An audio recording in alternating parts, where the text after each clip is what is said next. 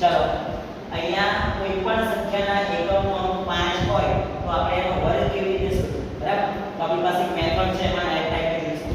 પહેલા શું કરો, તમારે એકમનો અંક છે એનો વર્ગ કરો. એકમનો અંક કેટલો છે આપણી પાસે? 5. તો એનો વર્ગ કેટલો થશે? 25. હવે આપણી પાસે છે કેટલા? 7. તો 7 પછી કેટલા આવે? 8. તો એ શું કરી દેવાનું? બધાનો ગુણાકાર. 7 * 56 એટલે 75 નો વર્ગ થશે 5625, બરાબર? આની બીજી પણ મેથડ છે. કઈ છે? 5 નો વર્ગ કરો 25. હવે કોનો વર્ગ કરો? 7. 7 નો વર્ગ કરીને જે સંખ્યા છે એમાં ઉમેરો. 49 માં 7 ઉમેરીએ એટલે કેટલા આવશે? 56, બરાબર? હવે નેક્સ્ટ 5 નો વર્ગ 25. 8 પછી કેટલા આવે? 9. 9 * 72 એટલે એનો વર્ગ થશે 7225. હવે આની બીજી મેથડ છે, પ્રમાણે કરીએ. 5 નો વર્ગ થશે 25. 8 નો વર્ગ 64. 64 માં 8 ઉમેરીએ એટલે કેટલા આવે? 72, બરાબર? આ જ રીતે તમારે એ કરવાનું છે.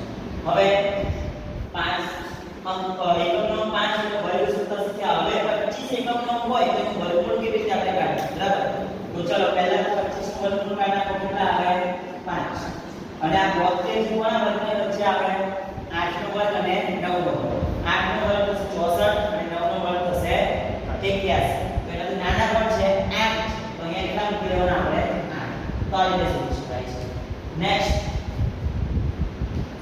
અહીંયા છે આપણી પાસે જે કિંમત છે એમાં પહેલા સૌથી પહેલા 25 એકમનો અંક છે એનું વર્ગમૂળ કેટલું નીકળે? 5. હવે બાકી રહ્યા છે 10 56. તો 10 56 કોની વચ્ચે આવે? તો 31 નો વર્ગ અને 32 નો વર્ગ, બરાબર? 31 નો વર્ગ જે છે એ કેટલો થશે? 31 નો વર્ગ આપણે તમને વર્ગ સૂત્ર શીખવાડ્યું છે એ ટાઈપ તમે કરી લેશો, બરાબર? તો 31 નો વર્ગ 961. હા, 961 અને 32 નો વર્ગ જે છે 1024. તો આ જે છે બંનેની વચ્ચે આવશે 9. તો આમાં જે સંખ્યા છે કેટલી આવશે? 32. એટલે આપણે અહીંયા મૂકીશું 32. હા, એનાથી નાની 32 હશે. નાની લેવાની છે એટલે આપણી પાસે આવશે 325, બરાબર? આ જ રીતે આપણે કરવાનું છે, બરાબર? આપણે સમજી રાખીએ છીએ. થેન્ક યુ અને પ્રેક્ટિસ કરજો. આનું છે